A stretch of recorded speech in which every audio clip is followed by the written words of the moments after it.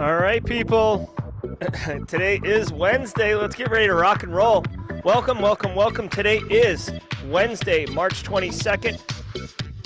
Welcome to episode number 328 of the Simply Cyber's Daily Cyber Threat Briefing. Over the next 45 minutes, me, Kenneth Ruff, Cyber Munchkin, Concephalus, oh boy, Tom Bishop, Andrew Nakamura, Brian White, my man James McQuiggan, are gonna, and so many more of the Simply Cyber community are gonna be ripping through the top cybersecurity news stories of the day.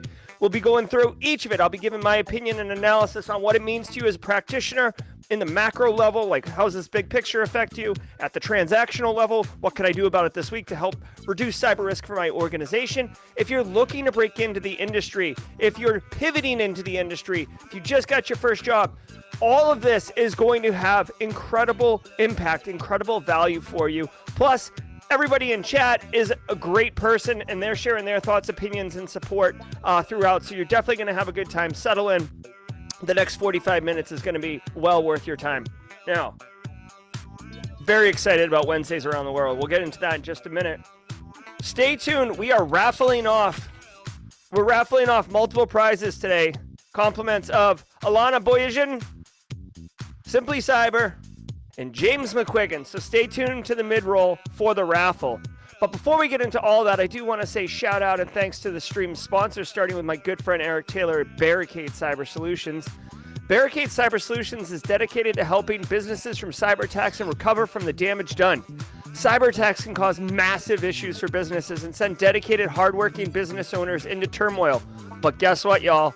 Barricade Cyber Solutions, they know how to mitigate the damage done by cyber incidents. So don't risk it, y'all. Don't risk it for the biscuit. That might work in the NFL, but in real life, don't risk it. Contact barricadecyber.com, right? Go to Barricade Cyber. We got the screen on the stream right now. If you scroll down at the bottom, right here is Eric Taylor's calendar, and this is where the rubber hits the road. You can get on his calendar, set up, hey, what would it look like? If we were on fire right now, what would it look like? How would we contact you? How would you get engaged? What access would you need? Oh, so here's a shocker. Eric and his team would probably need access to your Office 365 tenant. Why? Because they need to pull telemetry and logs and tell you how bad this is. Does Eric and team have an account right now? No. What would it take for them to get an account?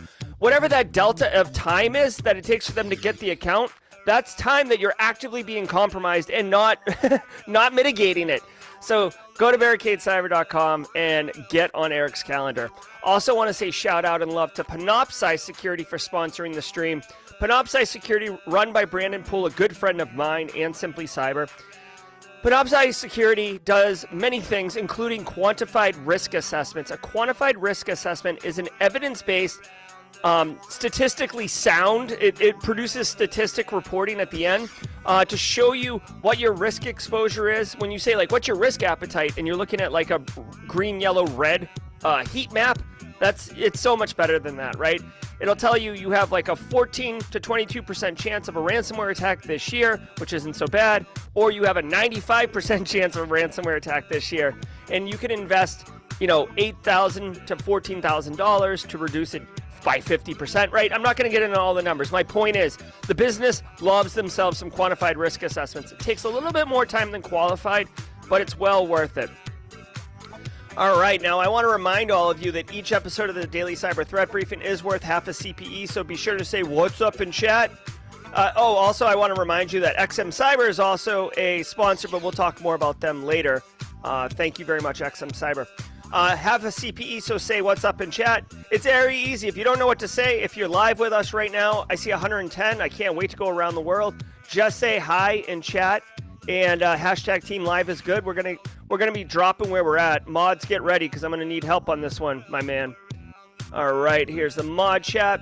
If you are watching on replay, hashtag Team Replay in the comments. Love connecting with all of you. I've been seeing so many Team Replay comments and so many funny comments or clips on the stories or your favorite thing. It's been fantastic. Thank you all very much. Also, hashtag Passive Observer. I have seen multiple people who, you're a regular attendee of the Simply Cyber community and you've been a little shy to say hello. Don't worry about that. Just take the first step and type hashtag passive observer. That's all you got to do. You don't have to say anything else, but I guarantee you if you do it, people are going to say hi to you and maybe ask you a question. You're going to begin networking and you're going to be loving it. And trust me, in 3 months, 6 months from now, you're going to look back and be like, I can't believe I didn't start networking sooner. So valuable. All right, guys, it's my favorite part of the show. Oh, I forgot to do one thing. Hold on one second. This has to do with the sponsorship. Let me drop this in chat right now. Doink. Let me pin this in chat. Hidden message. All right. Worldwide Wednesday, people. Love it, love it, love it. Worldwide Wednesday is presented by IT Pro TV, now IT Pro from ACI Learn, the international online training solution that professionals in audit, cybersecurity, and IT turn to for binge-worthy content. Use promo code SimplyCyber30 to get 30% off your first month or first year. You can see it in the pinned comment. You can see it underneath the world map. Guys, IT Pro TV is super legit. It's a very, very good platform with really... Here's my thing. There's tons of free stuff on the internet. IT Pro TV does cost money, but what you're getting is your time, and it's all focused and curated for you. It's a really great platform. Check it out. Also, if you're a veteran, my understanding is you get 60% off, so don't even use Simply Cyber 30. Just go for the veteran discount. All right, now let's roll this back to 2 minutes. 2 minutes. And let's get ready to go around the world. Thank you so much for ACI Learning for sponsoring this segment. Guys, tell me where you're at, and let's get going. Oh, Ramadan Kareem, Texas, very nice. I like it. Afghanistan, boom, baby, boom. In the house. Toronto, Canada, representing the Maple Leaf. California, Flat Rock, Illinois. UK, Kenneth Ruff, I see you. Pip, pip, and all that. West Virginia, holy crap, coming in fast. Upper Michigan, the UP. Good morning, Devin. Good to see you. Hey, Subro, coming out of India. South Korea. Fabio's in the South Korean area. Love it. We're online in South Korea. Iceland's in the house. Love it, love it, love it. Perth, Australia. Thank you, Paul Cooper, bringing Australia into the red. UK, England. Ohio's in the house. North Carolina. Saudi. Very nice. Where is my Saudi Arabia? There it is. Pennsylvania. Tom Bishop's in the great country of Poland. Romania's in the house. Yes. We're doing all right on the map. Mexico. Where's our South America people? DR in the house. Way to go, DR. Boom, baby. Way to go. Ramara, Ontario. Puerto Rico. Ireland. Oh, very nice, Ireland. What? Did we just Rhode Island. Oh, man. Tiny state representing. I love it. Love it, love it, love it. Atlanta, Georgia, the Peach State in the house. The Big Apple in the house. We're getting all the fruit baskets. Driving to Detroit, Virginia, Inglewood. Inglewood always up to no good. El Salvador. I'm going to need help on where El Salvador here is. Pakistan representing. I'll come back to you, El Salvador. Berlin, Germany's in the house. Bangladesh is in the house. Where's Bangladesh? Bangladesh. It's gonna take. I can't. Okay, hold on. Connecticut, Zimbabwe. Zimbabwe's in the house. Yes, we've got Africa online, people. Way to go. All right, Berlin, Germany. Germany's up there. All right, hold on. Let's check where we're at. Whew. That was coming in hot and heavy. Wow. Give me a second. All right, where are we at? Hold on. So Bangladesh is next to India to the right. Thank you.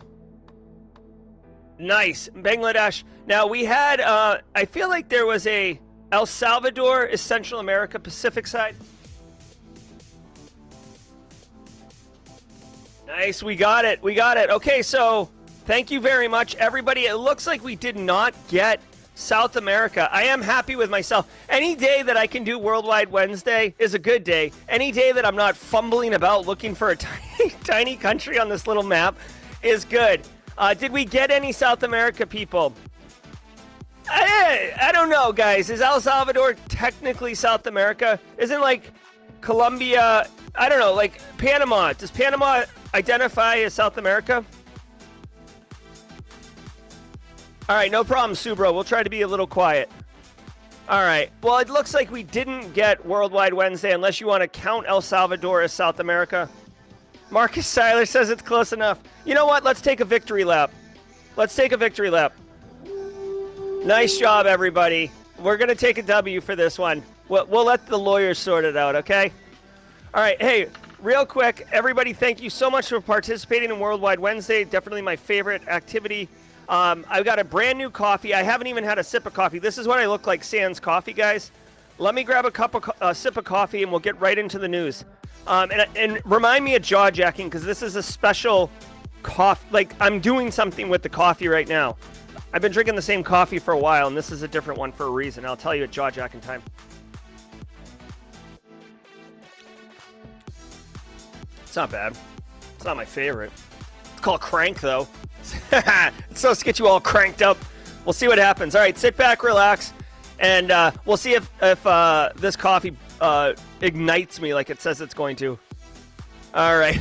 All right, sit back, relax, and let the awesome waves of top cyber news wash over you. From the CISO series, it's Cybersecurity Headlines. It's Wednesday, March 22nd, 2023. Breach forums to shut down amidst law enforcement concerns. The new administrator of Breach Forums said that they plan to shut down the popular cybercriminal platform after the FBI arrested 21-year-old Connor Brian Fitzpatrick last week. Fitzpatrick is alleged to be the hacker known as Pom Pom Purin, the leading administrator of Breach Forums. The new administrator, who uses the account name Baphomet, said that somebody accessed the platform's back-end using Pom Pom Purin's account on Sunday afternoon. Baphomet expressed concerns that law enforcement may have access to the site's source code and information belonging to forum users. Okay. Hackers use zero. Might? Hold on, really quick. Regulators, mount up. We're doubling down. That's the sound of the police. Yep, guys. Hey, listen. No surprise. No surprise. Go listen to Darknet Diaries episode Golem Fun. Jesus, Jerry. This crank isn't working yet. All right, Golem Fun. Here, Darknet Diaries. Check it out. This is definitely worth it. Oh my God. Why? Look it right here. Golem Fun Part 1 and 2. This is about Shadow Crew, the original OG dark web. Like, dude, at the beginning of the internet, way back when, they didn't even have a dark web. Shadow Crew was like on the surface web, but it was like a hacker forum and stuff like that. Breach forum, like, oh, by the way, Golem Fun was the administrator. He got arrested, and then he like turned a bunch of people. The Secret Service was all up in Shadow Crew's business. This dude right here, Pom Purin, got arrested the other day running a breach forum where you're dropping data breaches, you're selling them. I don't know if ransomware threat actors are depositing here, whatever. It's basically a shady dark web marketplace, right? And the Pom Purin gets arrested, and then the new forum administrator takes over and looks at the access logs. By the way, can we just say, like, way to go to the criminal who's now the administrator of Breach Forum for practicing good cybersecurity? Looks like they had good logs going. They had good telemetry detection rules in place. Oh, an unusual, unexpected login to a sensitive, critical piece of infrastructure? Maybe that warrants investigation. Guys, even though it's a criminal, they're still practicing the same best practices from a cybersecurity operations perspective. So take that to the bank, right? So they see this unusual activity from an account that absolutely shouldn't be logging in. Who the person is literally under arrest. There is no question that federal law enforcement kind of dorked this up by having that guy log in. It was definitely coerced, like, oh, hey, we'll knock some time off your sentence if you log in and give us access to more criminals who are using the platform, etc. Dude, when you get arrested, I would assume, if based on the Golem Fund story, when you get arrested, like, you're like, oh, snitches get stitches. And then they're like, would you like to spend 25 years in federal prison, or would you like to not? And they're like, I'll tell you everything. What do you want to know? Right? So This is not surprising. Now, it sucks, I guess, for the criminal who's the admin, because this was like probably their livelihood and now it's closing. But guess what? That's why you don't do crime, frankly. Yeah, I get it. Crime pays, but it also is can be pretty unstable. All right. Way to go, law enforcement. To drain $1.6 million from. And the final thing I'll say about this, and I said this, I think, on Monday, another forum is just going to crop up, guys. It's like all of the people who are using these forums, there's a market there, right? There's a market there. This is also, basic market economics, right? The way business works in general. If there's a market for people who want this type of product and this product disappears, they're going to go somewhere else. Someone else is going to stand up one, right? Like we all use email, right? Or Discord. If Discord went down, like Discord disappeared because the FBI raided Discord, right? It would be just another look at Twitter and Mastodon. Mastodon's not that great a platform, but everybody went over there because it's the best option right now, right? Same thing. So this stops it for now, but it doesn't stop the problem from a root cause analysis. Bitcoin ATMs. Over St. Patrick's Day weekend, unidentified hackers stole more than $1.6 million in cryptocurrency from Bitcoin ATMs owned by General Bytes. Threat actors were able to exploit a zero-day flaw after remotely uploading a Java application via the master service interface, which terminals use to upload videos. The attacker then compromised API keys used to access and transfer funds, downloaded usernames and password hashes, and disabled two-factor authentication. What?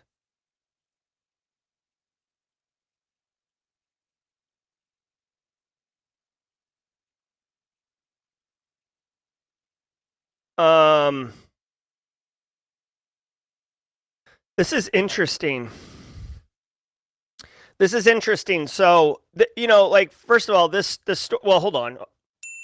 I'm a crypto evangelist. I love it, love it, love it. Obviously. So this is really interesting. I haven't seen these Bitcoin ATMs, but if you think about it for a second, somebody, if you go to a Bitcoin ATM and take money out, you've got to be pulling it from some wallet somewhere, right? Like you have to be making the transaction from a wallet to your wallet. So this sounds like a heist, but not like the big heist in a heist movie, but like an early heist to kind of like set up the opening action sequence and then fund the larger heist crime that's going to be happening. This is pretty slick. They uploaded a custom Java app that basically exploited some type of zero day, meaning the vendor doesn't know about it. We talked about this yesterday, so go watch that show if you don't know what a 0 day is. And once they were in there, then they were able to read and decrypt API keys to access fund in hot wallets, which is not good, right? Once you have API keys, you can be making calls all over the place. And they robbed a bunch of people. This really sucks, guys, because I don't know who owned.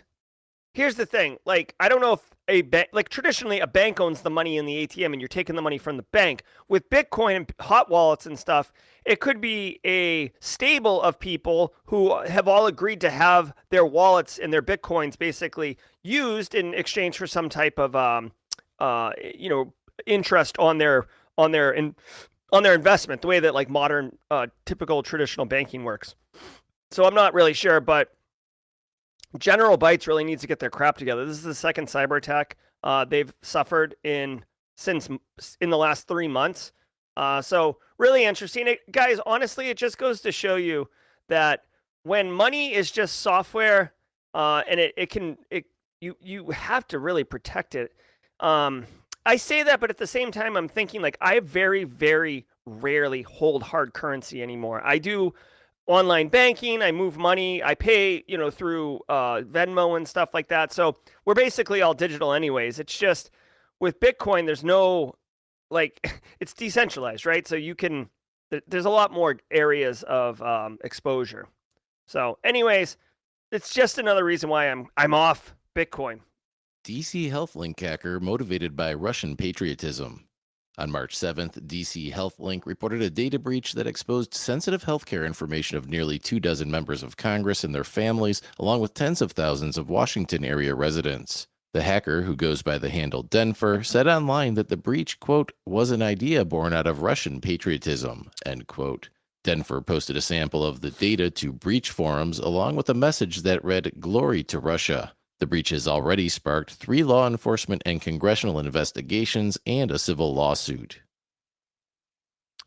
All right. So again, you don't see this often. I will be bookmarking this.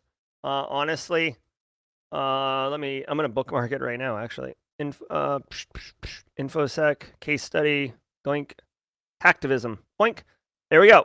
So I have different folders that I bookmark certain stories because I give talks all the time, and it's nice to have case study to point to right away. This is a textbook hacktivism. The individual who did this attack did not care about the actual health data. They weren't using it to potentially extort politicians in powerful positions. They were literally just a kind of lone wolf activist who thinks that by breaching DC HealthLink and letting the sensitive information out of U.S.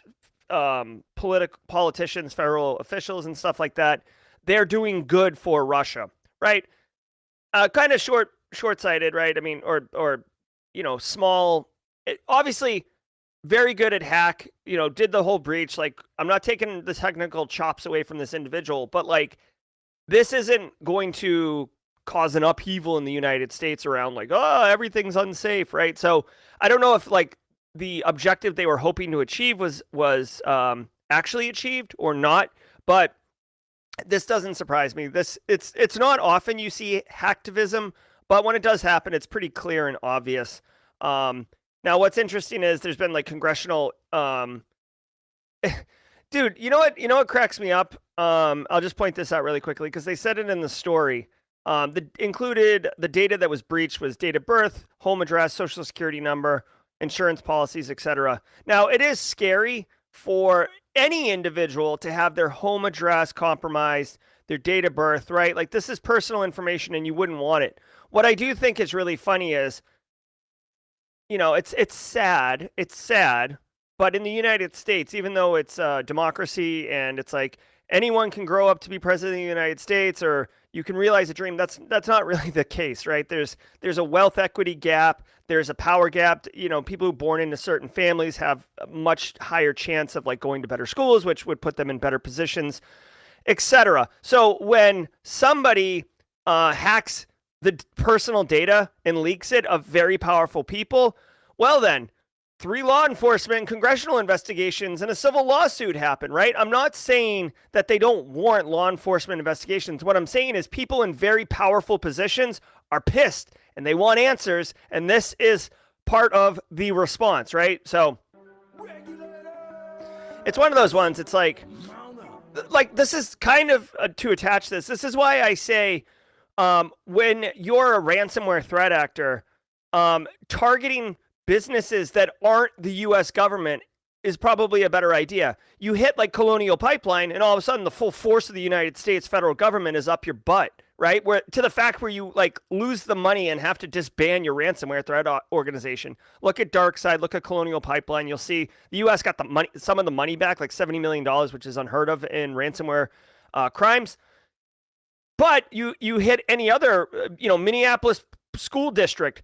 There's no law enforcement congressional investigations going on there, right? I'm sure there's a law enforcement of some sort, but my point is it's not exactly consistent, right? Okay, so anyways, hacktivism. Defender update causes Windows LSA protection warnings. On Tuesday, Microsoft said that its Defender antivirus updates are triggering security warnings that indicate local security authority, or LSA, protection is turned off.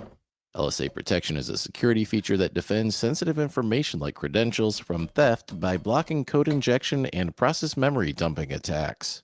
The issue only impacts Defender antivirus build KB5007651 on Windows 11 systems. Microsoft said that users who have LSA enabled and have restarted at least once since the update can ignore the warnings until a bug fix is released. Ugh. And all right, so this is good for practitioners out there.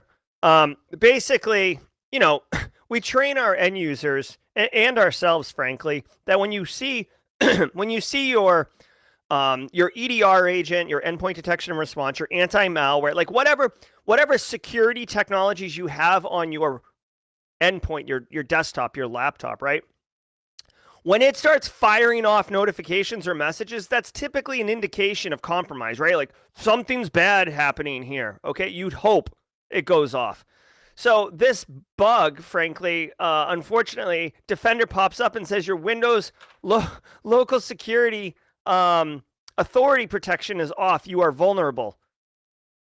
But it's just a bug. It's not true. But you really got to get in front of this. It's going to be very difficult. You know what? Honestly, if it were me in my organization, I would educate your help desk. I would educate your help desk about this, and I would, but I wouldn't send out a mass message to your end user community, right?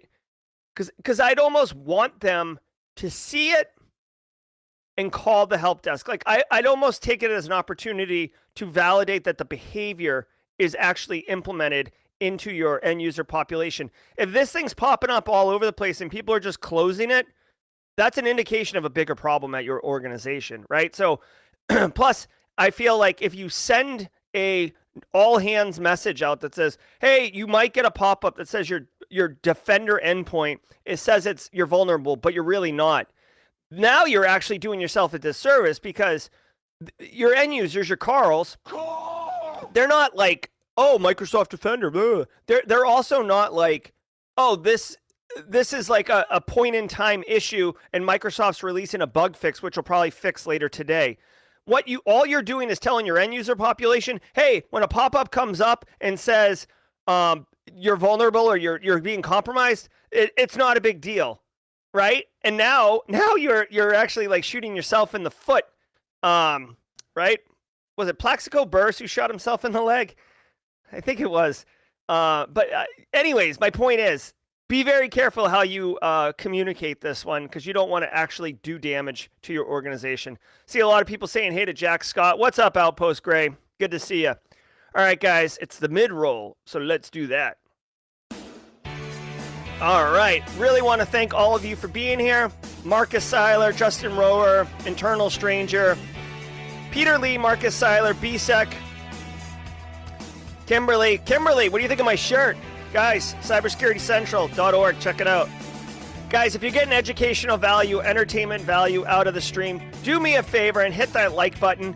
I don't care about the numbers for me personally. That's not like what gets me going. What gets me going is understanding that if enough people who look for cybersecurity content are in a live stream and they all like the live stream, YouTube's going to go find more people looking for cybersecurity content and show them this, and they're going to join the Simply Cyber community. Then we're going to be high-fiving, we're going to be networking, we're going to be helping more people, and it is all about good times. So hit the like button. Thank you, Barricade Cyber Solutions. Thank you, Panoptcy Security, for the continued support.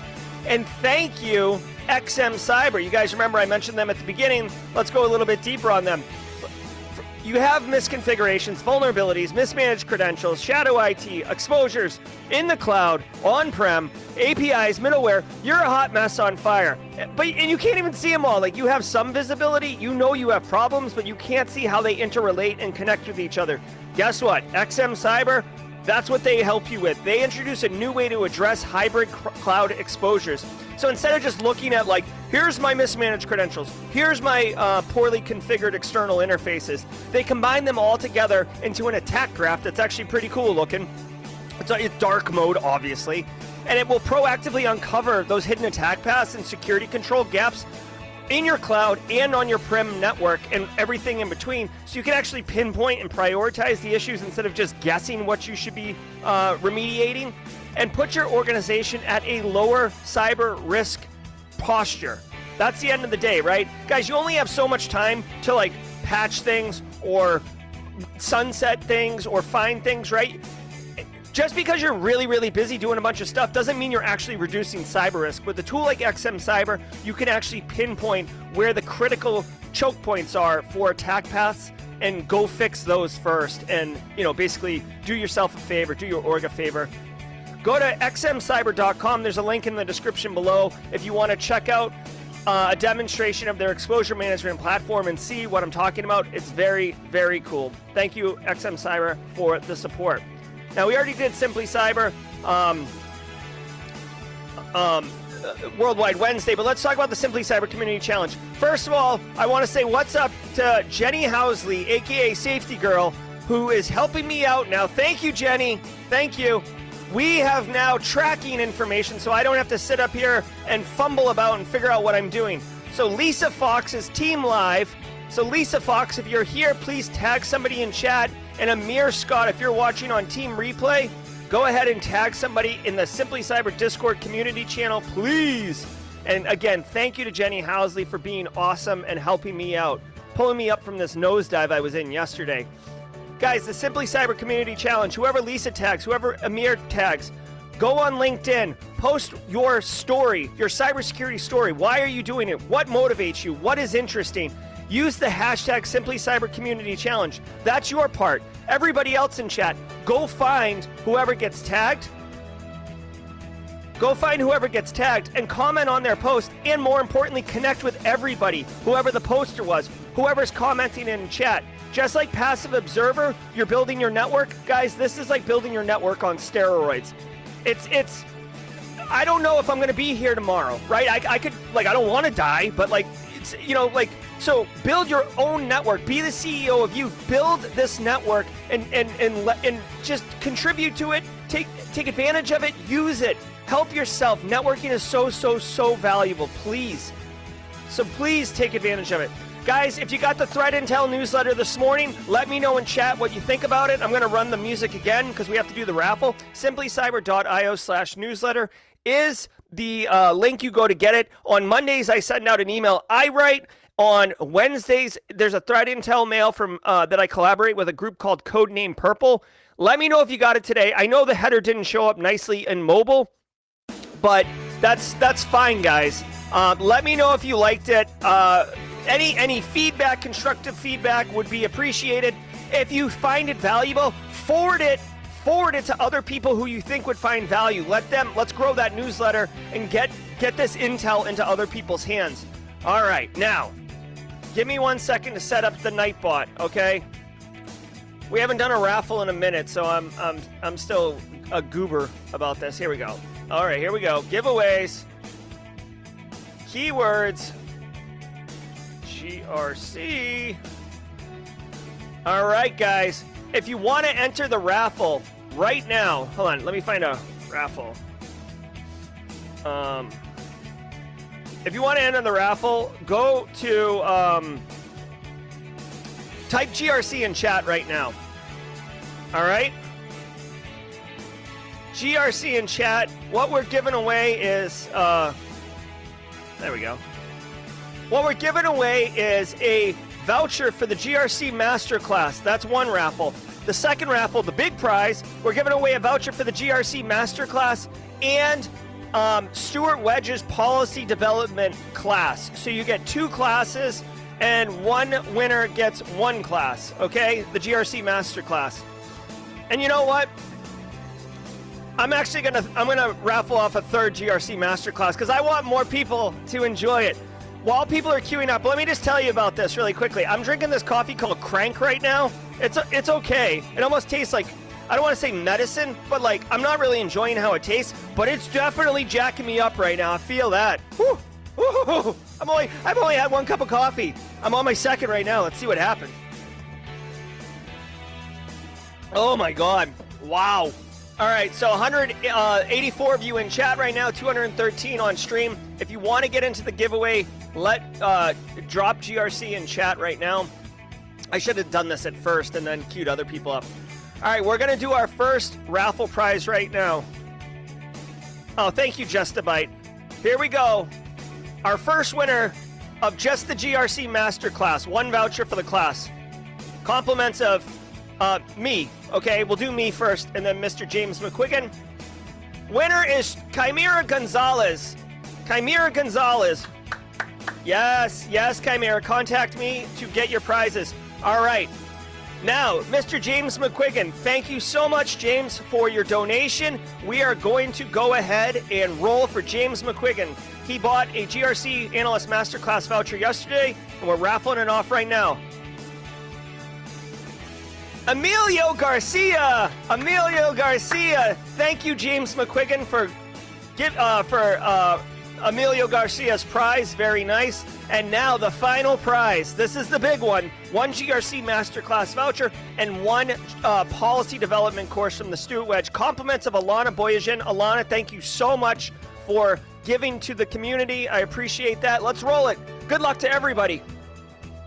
Boom, Bryant Peak in the house. Bryant Peak in the house. All right, guys. Chimera, Emilio, Bryant, please contact me in Discord or get with any of the mods, and we will get you your prizes. Congratulations, everybody. I hope you enjoy it. Thank you again, Alana and James.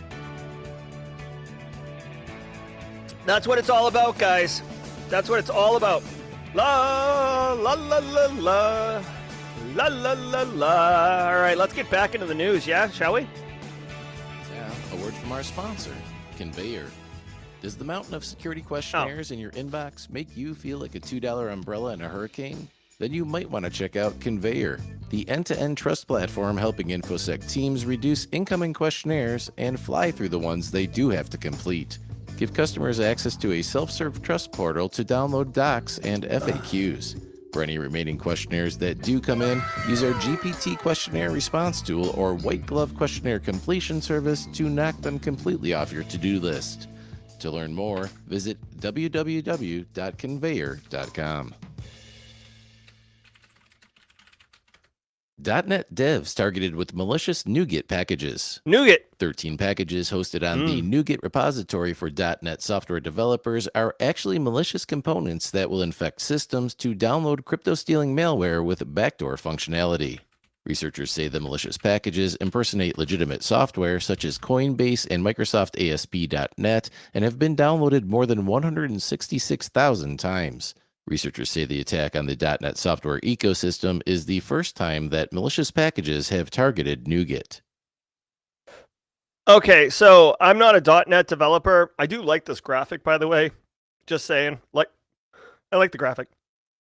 I'm not a .NET developer, so I don't know about this NuGet package. If there's a .NET developer in stream or in chat right now, holler at me.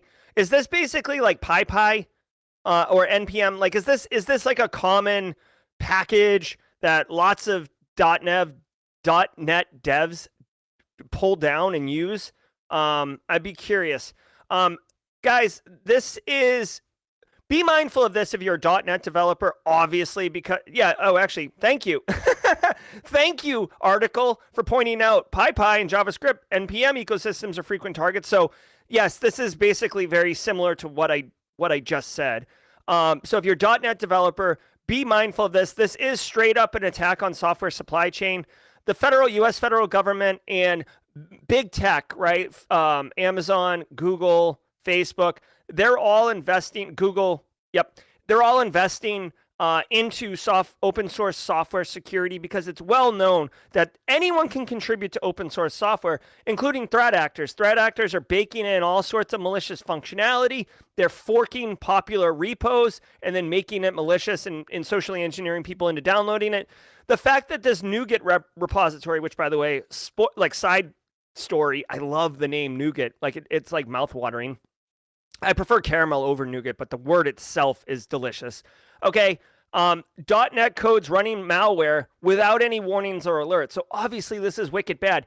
If you are a .NET developer, you may want to go look at your existing code base to see if you've actually pulled in any of these type of malicious scripts and make sure you're not damaging yourself.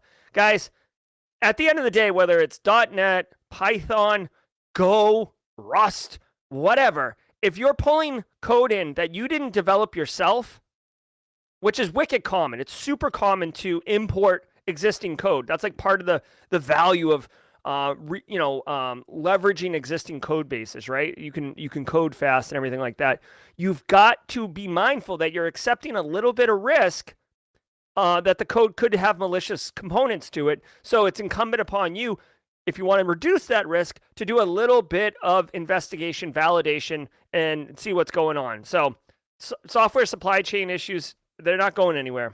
Anti-Semitism more than doubled on Twitter since Musk takeover. Days after Elon Musk took over Twitter back in October of 2022, the social media platform saw a surge in hateful content, which the company downplayed as a focused short-term trolling campaign. However, new research reveals that from October 27th until February 9th of 2023, tweets deemed plausibly anti-Semitic averaged nearly 13,000 per week. This represented an increase of 105% from the weekly average observed just prior to Musk's acquisition of the platform. While the researchers acknowledge that their AI algorithm is not perfect, they estimate that their model makes correct decisions roughly 75% of the time. All right, hold on. So, like, I understand what racism is, right? As a concept, I get it, and anti-Semitism, but I don't understand how people like are that way. It's so friggin' simple-minded and short-sighted and idiotic. It there's no why. It's so stupid. So, anyways. Elon takes over and Twitter, like, big surprise. Hold on. Where's my dumpster fire? This is fine. Actually, this is not fine. Just dumpster fire. Okay. Right. Elon takes over and it becomes more hate speech. Right. I'm sure if there was research done, there's probably more marginalized groups. Right. So like anti-LGBT, different races or cultural backgrounds, right? So this isn't good. The one thing that bugs me or grosses me out, okay, is that this group, right? This group, whoever this group was able to do research to see how much anti-Semitic tweets were going on.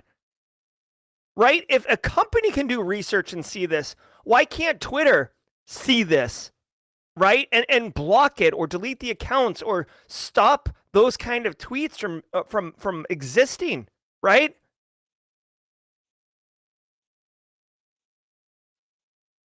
It's just I don't know, man. I will say, like, hey, I do like what's this? AI, fighting it with AI. Okay. Shall we? There's a good use case for AI. It can move faster. It can identify tone and inflection and intention and all these other things. And guys, I don't know, like something that came across my desk yesterday that was like anti-female, and it's not discreet, it's not covert, it's not like, well, I kind of see the point. It's just straight up hate.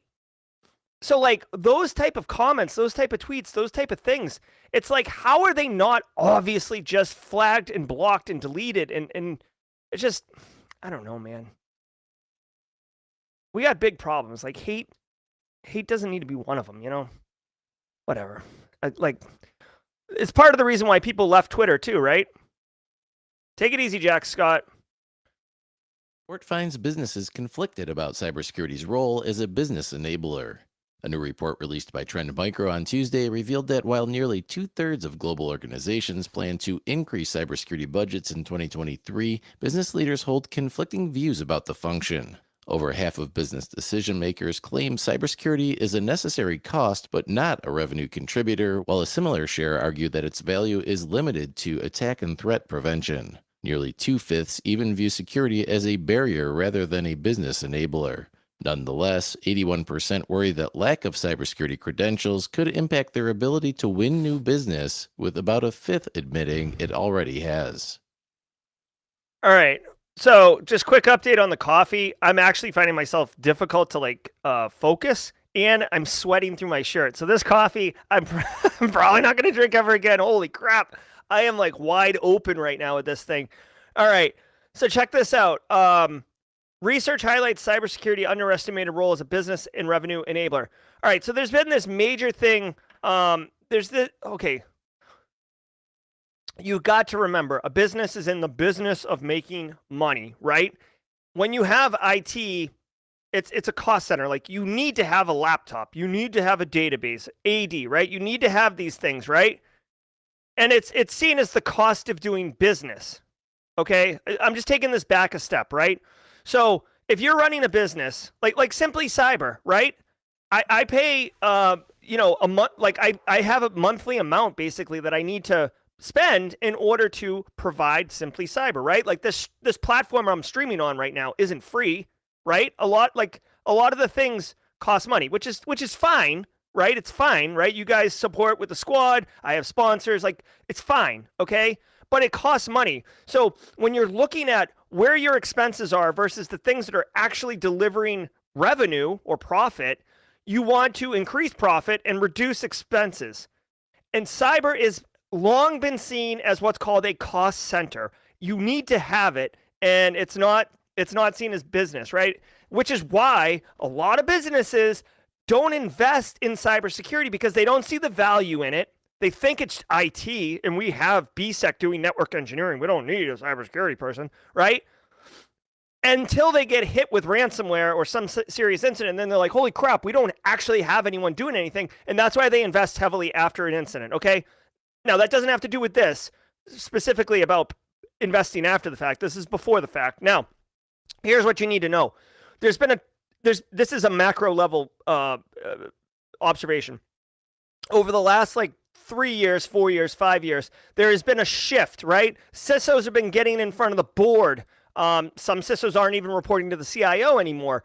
It's like the golden age of CISOs, right? We're not quite there yet. And we've moved from cost center to business enabler. Now, a business enabler means, hey, we can go expand into the healthcare market because we're already doing all these other things and we are HIPAA compliant. Hey, we can expand into the European market because we're already doing all these things and we're automatically GDPR compliant, like whatever it is, right? So this is seen as, oh, now you don't suck cybersecurity. You're actually doing something for the business that isn't annoying. But it's difficult to make that case, and very good CISOs are able to make that case, and poor ones are unable. And a global study is showing that we haven't made that much progress in it, right? Over half of individuals interviewed in this survey, which are probably, if I had to guess, like CIOs or business leaders, half of them said it's a necessary cost but doesn't contribute to revenue, which is the long-standing position. And 48% argue that its value is limited, and a fifth see it as a barrier. This fifth, 38% of people, this is where we struggle, guys. And this group of people almost will never be convinced unless they've experienced a cybersecurity incident. When you're seen as a barrier, that's a problem. People go around barriers, right? When there's a barrier in your way, what do? You go around it. This is how controls get circumvented. This is how shadow IT happens. This is how the CEO runs a MacBook when you're a Windows shop, right? Things like this, or you're adding friction. When you introduce multi-factor authentication, when you say we can't use that cloud service, you are seen as a barrier or an adding of friction, and it's not good. This right here is partly a key kind of hidden aspect, and a very important aspect, I might add, of governance, risk, and compliance, GRC, right? This is a very critical part of GRC. It's soft skill of being able to communicate in an effective way to change positions for other people, right? You can't just yell at someone and tell them, this is the way it's going to be. You have to win their hearts and mind. You have to show them the value prop or the problem with their current way of thinking, which, as a final thought to close this out, this is why incidents are so powerful at changing the opinion, because when you have a cyber incident, you are experiencing all of the negative impact. And when I say it will be a terrible day for you, you're like, yeah, all right, whatever. When you're actually living that terrible day, it's much, much more impactful on the individual. And because of that, they change their behavior. So anyways, that's a long diatribe on the importance of GRC, especially a CISO's job. A CISO's job is to build an information security program, so internally looking down, but it's also quite important to look externally and modify the behavior and attitudes of the business itself. Renowned researcher Kelly Lum passes away. Dude, I am out The of control cybersecurity right now. community is mourning the passing of security expert Kelly Lum, also widely known by her Twitter handle @Aloria.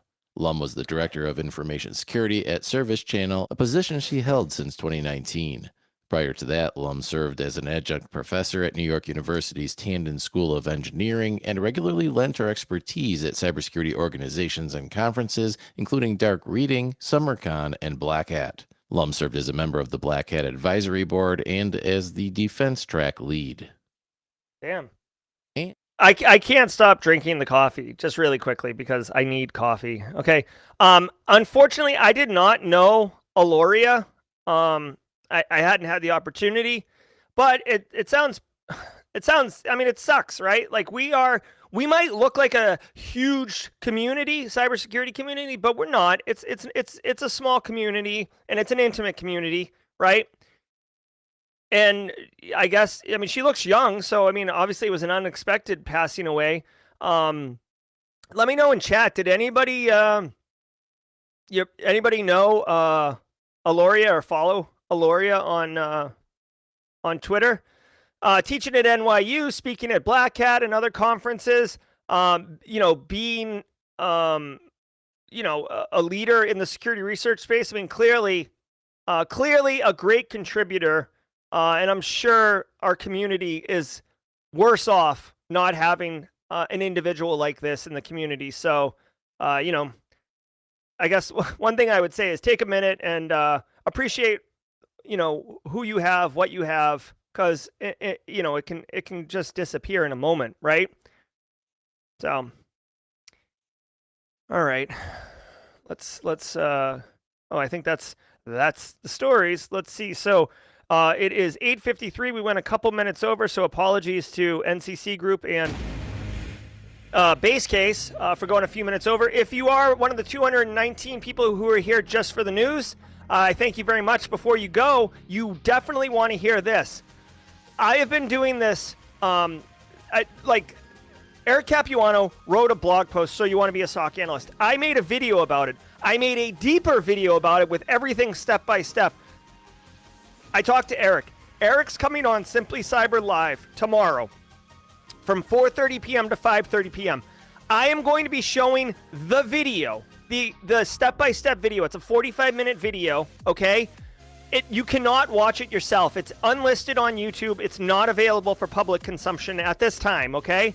What I'm going to do is I'm going to play the video with Eric on stream, and he's going to be giving context and explaining not just what's going on, but why is it important. He'll be answering all your questions. Guys, if you are a SOC analyst or you want to be a SOC analyst, or you want to know more about being a SOC analyst, this stream,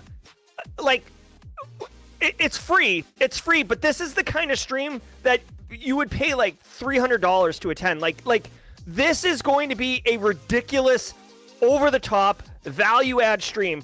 Eric is a 20-year cyber operator, blue team expert. He's a CTO at Recon InfoSec. He's a SANS instructor specifically on Defender operations. This blog post, all the content, you're going to see it all step by step. He'll answer all your questions. He and I are both super pumped about this. You definitely want to know. Mr. Wednesday asks, what's a SOC analyst?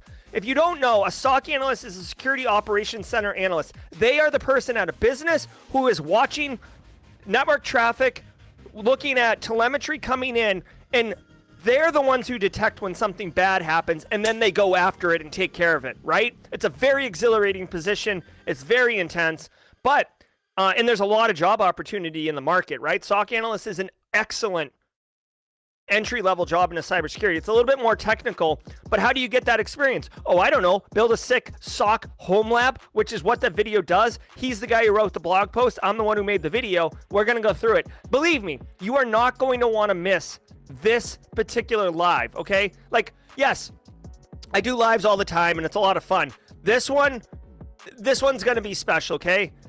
I will definitely have purged the caffeine out of my body by then. I am like full...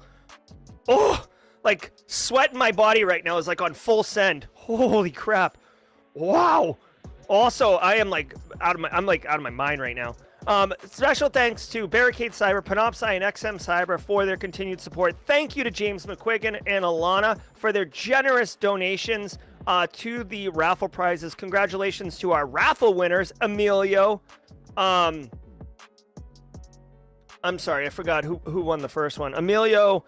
Oh my God, Jerry. I'm sorry. Congratulations to our winners. I'm sorry. I'm having like a race condition in my head right now. Ooh, okay. So, yeah, so if you were here just for the news, thank you very much. We'll be back tomorrow at 10 a.m. Eastern time because I am teaching, but it will be here, okay? All right, so really quick, I want to tell you guys, let's jaw jack for a minute if you guys want to hang. I told you about the Thursday Live. So this coffee thing, okay? So there's a company out in New York that I had a conversation with, and they're like, we would love to make an exclusive like coffee bean for you, and basically have like Simply Cyber coffee essentially.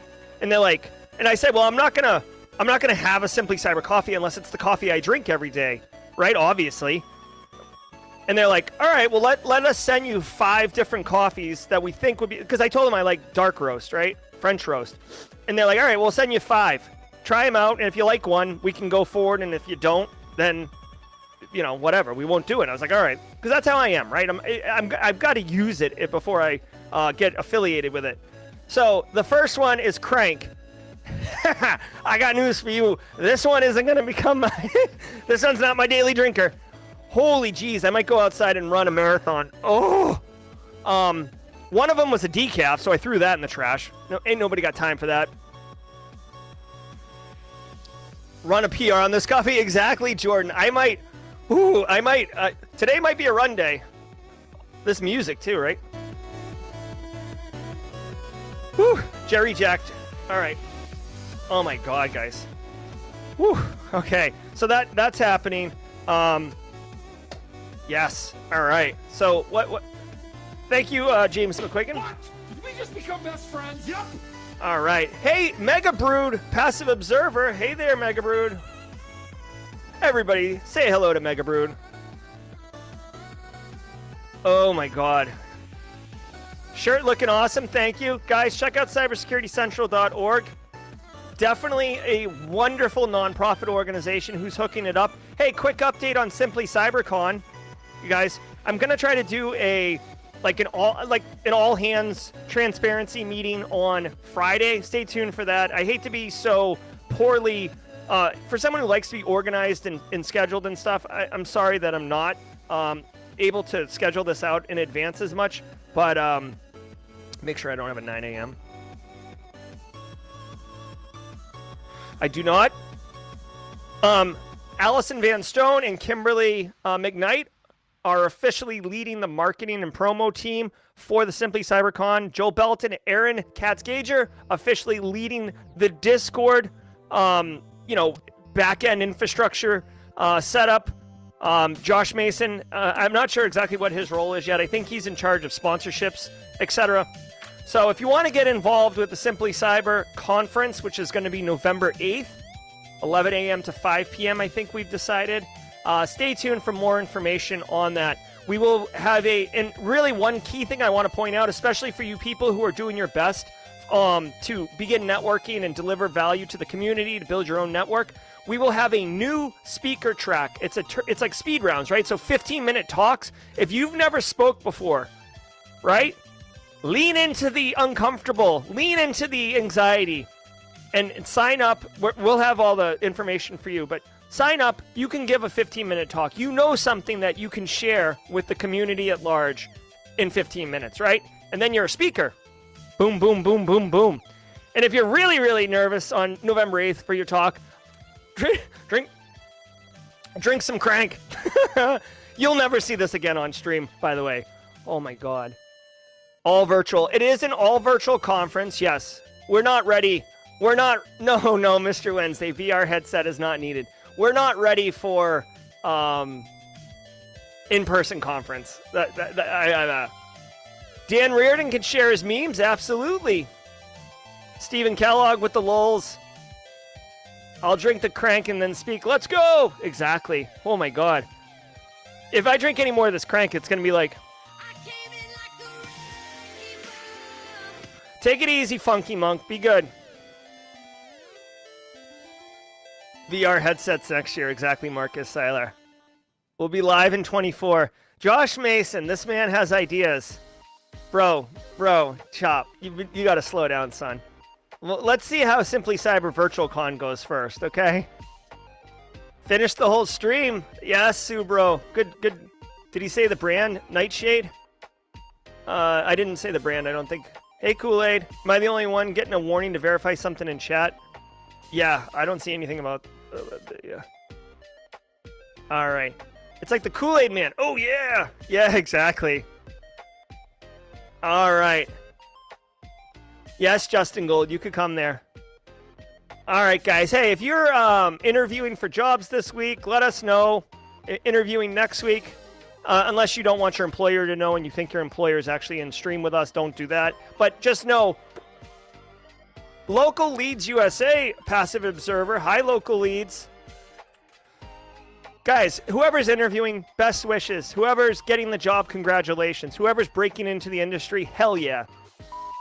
Way to go. Yes. Oh, yeah, the newsletters. If you have feedback on the newsletters, holler at me. Every Monday, I'm sending out 3 actionable intel pieces. Every Wednesday, we're going to be sending out a threat intel email that I partner with Codename Purple on. And provide feedback. Forward it to people if you think they're going to find value in it, okay? Hey, Alana. Hashtag Simply Cyber is up in here. As a single Jew not representing all Jews who has heard a lot of anti-Semitic comments, I don't think censorship is the best way to get rid of hate speech. I'd like to know if my boss is, I assume they're saying something mean. That's a good point. Connected with me, someone I connected and got them on. So here's a win story, guys. Alana Boyajian right now is saying, Simply Cyber Community Challenge. Because of the challenge, someone connected with Alana, and she connected them with someone, and they got a job interview. Again, guys, here's my thing. I cannot promise you, right? I cannot promise you a job, right? I can't do it.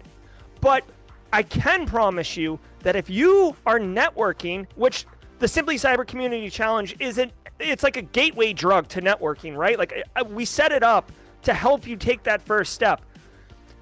If you do networking, you're planting seeds, and I guarantee you one of them will sprout a flower that can turn into a job interview or a potential job. I don't know which seed's going to grow. I don't know how long it takes that seed to grow. But I'm telling you, every single person that I have interviewed who pivoted from somewhere into cybersecurity said that networking was critically important and that they wish they had started it sooner. Me personally, guys, I say this all the time. Oh, crap, we have a live stream, don't we? Hold on. I'm an idiot. I think I have a live that is going live right now, like a premiere. Hold on 1 second. Jackass. Did we have a live that went live a minute ago? Yes. Hey, if you guys want, go over to the live stream, because I'm an idiot. I'm so sorry. Hey.